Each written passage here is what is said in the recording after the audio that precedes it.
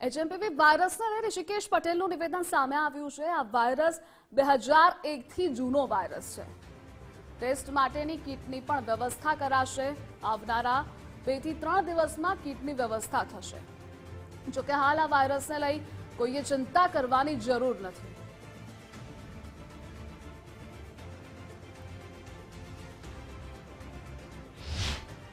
Test માટેની કીટો પણ આપણે હવે એ વ્યવસ્થા કરવા તરફ છીએ અને લગભગ 2-3 દિવસમાં દરેક હોસ્પિટલમાં આ કીટો ટેસ્ટિંગ કેમ કે કોવિડ આપણે જોઈ ચૂક્યા છીએ અને હું તો એવું માનું છું કે અત્યારે આપના દ્વારા આ સમાચાર સરકાર બિલકુલ જાગૃત છે, કેન્દ્ર સરકાર પણ જાગૃત છે.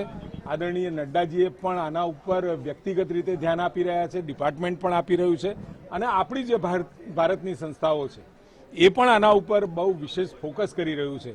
એટલે લોકોમાં પેનિક ના થાય એ પણ જરૂરી છે, કારણ કે આ ન્યૂઝ વારંવાર ચાલે તો પેનિક ઊભું થતું હોય. મારી આપ સૌને વિનંતી છે કે જેવી કંઈક ગંભીર પરિસ્થિતિ લાગશે તો તરત જ ગુજરાતની પ્રજાને જાણ કરી ડુ એન્ડ ડોન્ટ્સ કદાચ અમે આજે જાહેર કરી દઈશું શું કરવું જોઈએ. શરદી થઈ હોય, ઉધરસ હોય તો જાહેરમાં એ છીંક નહીં, કોઈને હાથ ધોવા વગેરે વગેરે જે પહેલાના હતા એ જ ડૂઝ એન્ડ ડોન્ટ્સ છે.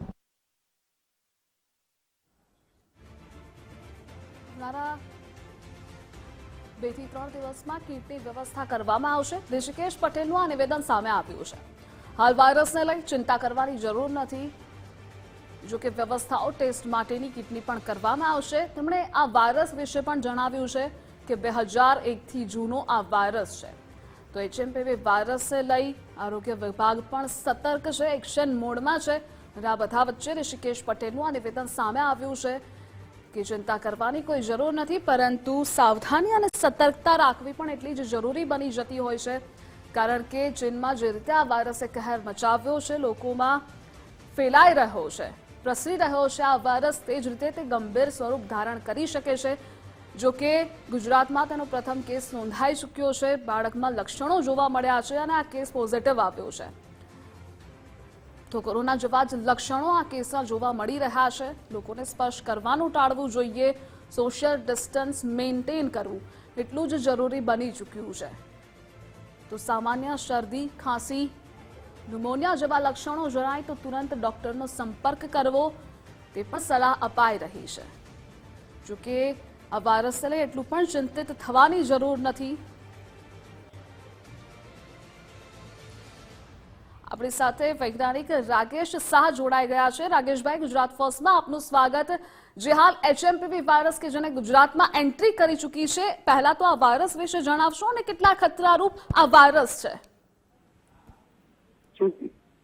અત્યારે જે આ વાયરસ છે જે આપણે એ ખતરારૂપ એટલા માટે નથી કે એમાં કોઈ શું કહીએ કે જે આપણે અત્યારે કોવિડમાં જે પ્રમાણે થયું હતું એવું અત્યારે ખાતું નથી. છતાં મેં મારા એડવાઇઝરીમાં પણ બધાને જણાવ્યું પણ છે કે એક તકેદારીના ભાગરૂપે ચોક્કસપણે જ્યારે પણ આપણે પબ્લિક પ્લેસીસ પર જઈએ તો ત્યારે તમારે માસ્ક જરૂર પહેરવું અને જે જગ્યા ગેધરિંગ હોય ત્યાં જોઈ લેવું કે ત્યાંની બધી સિચ્યુએશન બરોબર છે, હાઇજેનિક છે, તો જ પછી ત્યાં અંદર ગેધરિંગમાં પગ મૂકવો.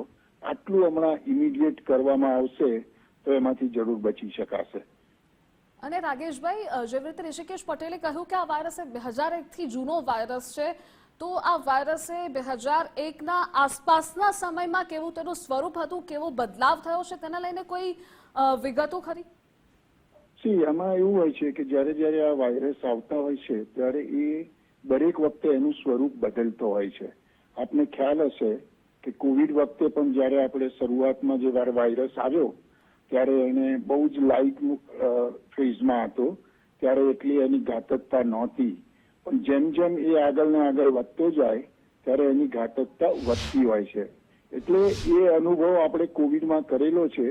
જ્યારે આની અંદર જ્યારથી આ 2001થી ચાલે છે તો એને એની ઘાતકતા પકડી નથી. છતાં આપણે જે કોવિડનો અનુભવ થઈ ગયો છે એટલે આપણે ચોક્કસપણે આમાં આપણે ધ્યાન રાખવું પડશે.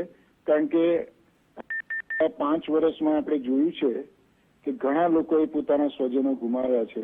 એટલે બીજું કશું જ ના થાય કે આપણે ફક્ત ને ફક્ત આપણે પોતે જ્યારે બહાર નીકળીએ ત્યારે માસ્ક પહેરીએ, ગેધરિંગમાં આપણે ધ્યાન રાખીને જઈએ અને વારંવાર સાબુથી હાથ ધોવા, આટલું જો આપણે કરીશું તો આપણા બાળકોને અને જે આપણા વૃદ્ધો જે છે, જે આપણા મા બાપ છે, એ લોકોને આપણે ચોક્કસપણે બચાવી શકીશું. જી રાકેશભાઈ, જોડાવા બદલ આભાર આપનો.